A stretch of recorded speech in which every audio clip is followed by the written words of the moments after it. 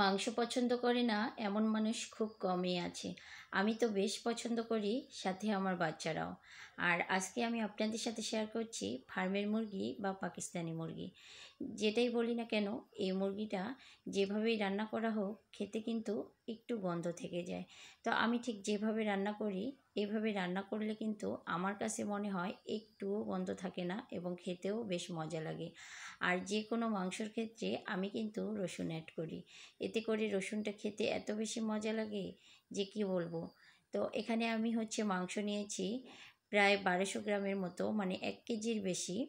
আর এখানে পেঁয়াজ কেটে নিয়েছি, সাথে সব ধরনের মশলা বেটে নিয়েছি, যেমন গরম মশলা, আদা বাটা, রসুন বাটা, জিরে বাটা, সব কিছু আমি বেটে নিয়েছি। আর বাটা মশলার রান্না তো খেতে অনেক বেশি মজা হয়, আপনারা নিশ্চয়ই জানেন। প্রথমে আমি সবগুলোকে পরিষ্কার করে ধুয়ে নিয়েছি। এখন কড়াইয়ের মধ্যে আমি পরিমাণ মতো পেঁয়াজ অ্যাড করে দিলাম। মানে এখানে 1 কাপের বেশি পেঁয়াজ আমি অ্যাড করেছি। পেঁয়াজগুলোকে খুব ভালোভাবে ভেজে নিলাম, সাথে 2টা তেজপাতাও অ্যাড করেছি। এবার একে একে সব ধরনের মশলাগুলো দিয়ে দিচ্ছি। দিয়ে খুব ভালোভাবে আমি এখানে কষিয়ে নিচ্ছি। আর যে কোনো রান্নার ক্ষেত্রে মশলাটা যত ভালো কষানো হবে খেতে কিন্তু ততটাই মজাদার হয়। তো আমি এবার মশলাটাকে খুব ভালোভাবে কষিয়ে নিয়ে মাংসগুলোকে দিয়ে দিলাম। মাংসগুলোকে দিয়ে কিছুটা আমি নেড়েচেড়ে নিচ্ছি। এভাবে কিছুটা সময় আমি কষিয়ে নিয়ে এর মধ্যে আমি 6-7টা রসুন অ্যাড করে দিলাম।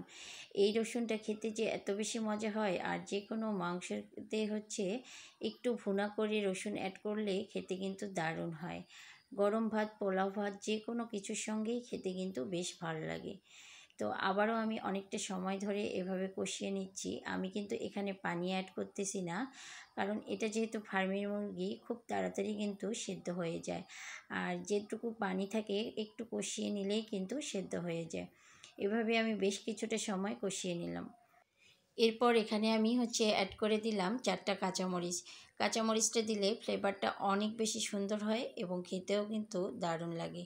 তো আমি কিছুটা সময় কষিয়ে নিয়ে এখানে পানি অ্যাড করে দিলাম, মানে যতটুকু আমি ঝোল রাখবো বা মাখা মাখা করব।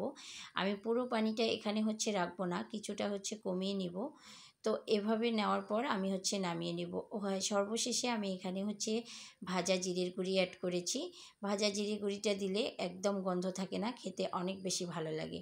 তো এই যে আমি নামিয়ে পরিবেশন করতেছি, খেতে কিন্তু দারুণ ছিল। আর রসুনগুলোর কথা কি বলবো, একদম অসাধারণ ছিল। তো আমার ভিডিওটি যদি আপনাদের ভালো লেগে থাকে তাহলে অবশ্যই একটা লাইক করে দিবেন। যারা ফেসবুক থেকে দেখছেন আমার পেজটিকে ফলো করবেন। যারা ইউটিউব থেকে দেখছেন আমার চ্যানেলটিকে সাবস্ক্রাইব করে দিয়ে পাশে থাকবেন। ধন্যবাদ।